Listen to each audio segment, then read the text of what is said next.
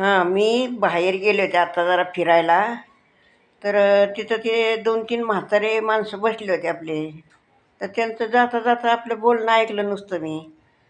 तर त्यातलं ती एक म्हातारा म्हणत होता, पूर्वी आमच्या लहानपणी म्हणला 9 कोटी रुपये जर कुणाकडं असतील, तर त्याला 9 नारायणाचा अवतार म्हणत होते.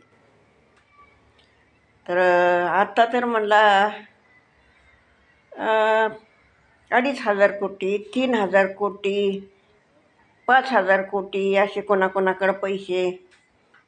तेव्हा ते म्हणला की त्या 9 कोट ज्याच्याकडे होते त्यांना 9 नारायणाचा अवतार म्हणत होते. ह्यांना काय म्हणायचं? ते दुसरा एक म्हातारा म्हणला, हे भ्रष्ट नारायण म्हणायचं. ह्यांना काय 9 नारायण म्हणायचं होय? हे भ्रष्ट नारायण म्हणला.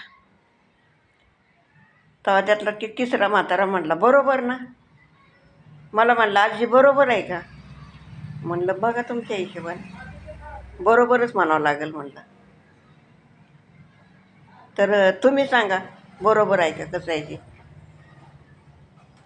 ते म्हातारे जर म्हणत होते कसं आहे ते, तर आहे का नाही बरोबर ते भ्रष्ट नारायण?